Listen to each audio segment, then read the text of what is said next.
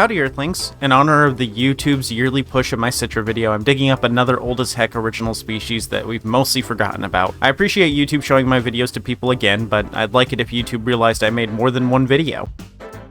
The Crux species isn't older than the Citra, but they've overall had more staying power. This is probably due to them being more creatively designed. Citra are like the worst example you can think of when thinking of an original species. They're brightly colored, fruit-themed foxes that are all gay. That's not even an original species, that's like half of people's first Fursona. The only way it could get more generic is if it were a blue dog, which is not fair. With all the weird and gross junk tied to Citra and the creator Zosh, it'd be a real unfair comparison to compare them to blue dog Fursonas. Blue dog Fursonas have done nothing wrong, as far as I know. Anyway, this is also a Halloween episode, so I chose the spooky looking one. The Crux are a species that I first encountered on Secondlife around the time that I met my first partner. Secondlife, for those unfamiliar, is like VRchat before VRchat. It was a digital social media game where people logged into virtual worlds, created avatars, and hung out with their friends. But I used to go on there and hang out with other furries. Like VRchat, people can upload and sell their own models in vending machines on various worlds. They'd rent out the space and you'd spend real money on getting the,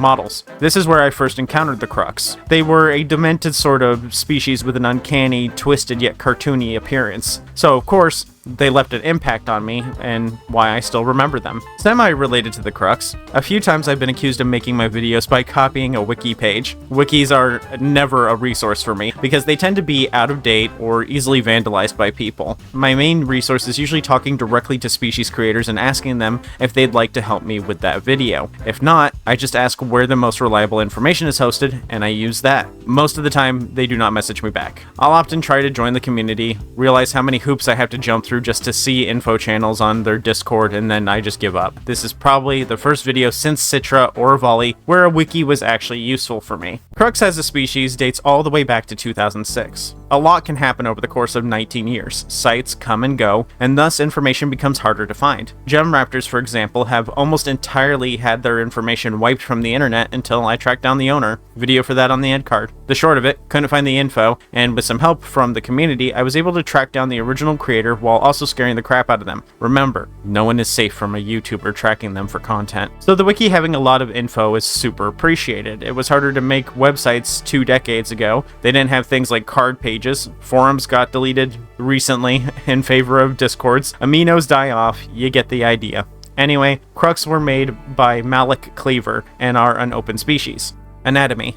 We're starting with anatomy of the Crux, so you know what I'm talking about when I get into the lore. But the lore and anatomy interchangeably rely on each other, so stick around to get the full picture. Crux are the amalgamation of multiple species through magic or scientific experiments. They tend to be bipedal, sentient, have long ears with a curled tip. They often have odd or unnatural patterns. Like, you might see many with this sort of tribal tattoo pattern, or the Beetlejuice stripes pattern. Crux are really defined by their cartoonish and exaggerated features like their elongated snouts, large teeth and a crooked demented grin, large claws, and rail-thin bodies leaning even further into their demented, uncomfortable appearance. Crux kind of look like a mix between dogs and weasels. I personally love their design. Many species and OCs tend to have a very serious appearance and take themselves very seriously. Some people take their designs too seriously in general. I think Crux are a good execution of breaking typical anatomical laws that could only come from someone who knew what they were doing. You have to know the rules to know which ones to break. The sharp edges, the angles, the curves, and other such unnatural shapes like a creature put through a taffy puller. Excellent design. It's not something that would have mass appeal, but it clearly is popular among those who are aware of them. There's just not that many that are aware of them. The species also offers a lot of freedom due to the origins of the individual Crux. Their appearance, internals, and more may vary depending on the species hybridized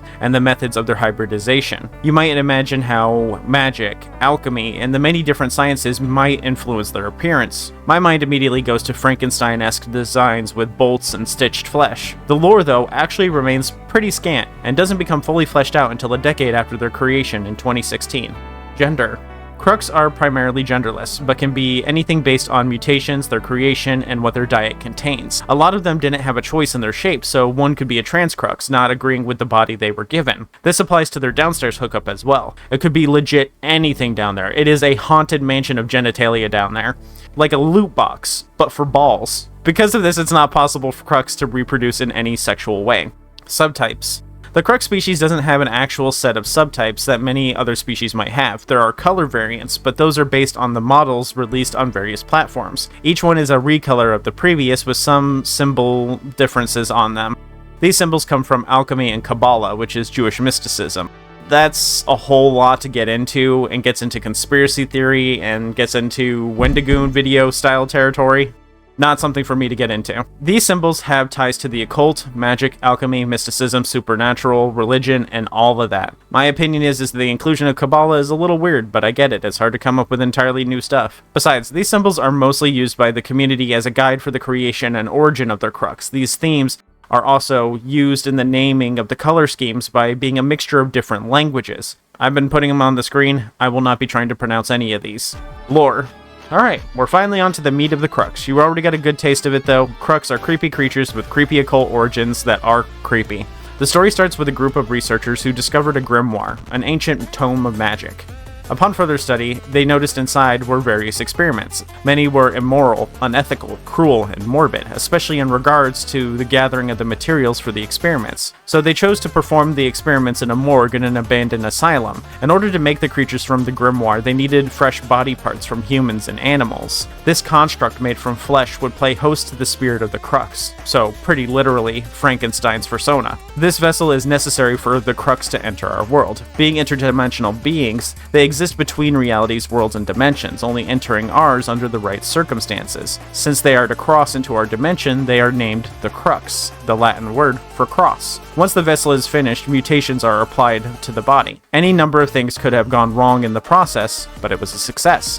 The Crux, like a newborn, was innocent and curious, but quick to learn, and the researchers quickly began to study it. Some grew envious of the creature in its form and used their own bodies as hosts for future Crux. Here, the mind of the host and the mind of the Crux would twist and fight for control before being ultimately taken over by the Crux. That's someone's kink. This is where the Crux develops its own personality by consuming the previous host's mind. This results in Cruxes of all sorts, with varying personalities, goals, and due to variances in the experiments, they can summon Crux from different eras, resulting in even more variety. There are, of course, aspects of this that deal with insanity and mental health, but it's treated as a general catch-all. It's just blanket termed insanity. You can see why they caught on. They're incredibly edgy. In the late 2000s, they caught on from their unique, twisted, and edgy designs. Then when the lore was made and finalized, it leaned into that edgy era of the 2010s. The main takeaway from this lore is that it's supposed to be that anything goes. If anything can be true, then you don't need to concern yourself with an established canon. So because it's impossible to know which story is canon or not, we're to assume every canon is true. Anyway, Crux can eat anything and integrate that substance into their body. But to what extent does it go? Kirby levels. If they eat metal, they become metallic. If they eat hallucinogens, they develop a hallucinogenic sap. Some grow quills with glands to store these poisons. While not being genetically modified themselves, they can use their adaptive eating process to develop an immunity to just about anything. This isn't a particularly unique ability. We've seen adaptive eating in a lot of species, like soda alpaca, who take on traits depending on what kind of Mountain Dew they drink. But this is probably one of the oldest examples of it. Community.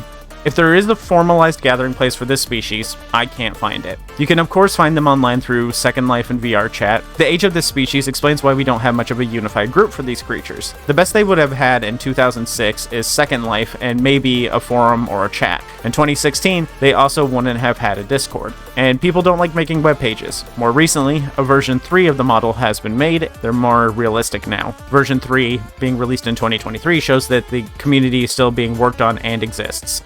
This species' existence alone travels by word of mouth. You probably didn't even know they existed until now, and maybe you saw someone with a fursuit or one but never learned what they are. I've only ever seen one or two in passing, and they tended to attract edgy people. Most people on Secondlife and VRchat opt for lewd, sexy, or cute models, so Crux stood out. Imagine a group of tall furries, and you see this little guy skittering around. Yeah, you kinda notice them. As you can imagine, a name like Crux makes it difficult to search for them. During my search I found church stuff, some stuff on the species, personal web pages, and an air fryer. I think a lot is working against this species' popularity. The main thing is that there is no easy to find host for all of this information. As is the case with many species made for 3D models, there is little lore, no host outside of the storefronts, no web page, and no community page. If you don't want these things, that's fine. Just saying. You want things to be as easy as possible for new people who are interested in the species. We're at the end, so I'm going to give a little review of them. But first, I made it so you can watch all my species videos ad-free. You only need to join my Patreon for just $1 or higher. The dollar lets you watch them all and download them all, so you can watch them on whatever device you want. You can also check out my original species course where I show you how to design, write, and manage a species on the larger scale. It's for people who are wanting to make larger communities in the hundreds like I have. For just $12, you can buy and own all of the lessons that are out now, plus all future lessons. As I finish modules, this will go up in price to reflect the available videos, so this is the cheapest that it will ever be. If you only want to buy a single module, you can for just $7 and then buy it as you go. The link for that is on screen and in the description. Alright, now a review. In terms of design, I think the species peaked with the V2 model.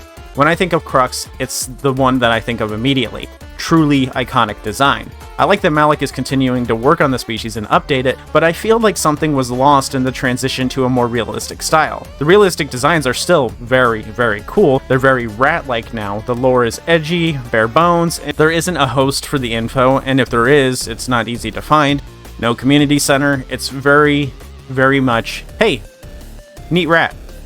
And that's fine. But I think there's a big reason why this isn't the mainstream species it could be, and it's because of how hidden and underground they are. Maybe make some bases and stuff. Discovery is very much working against them.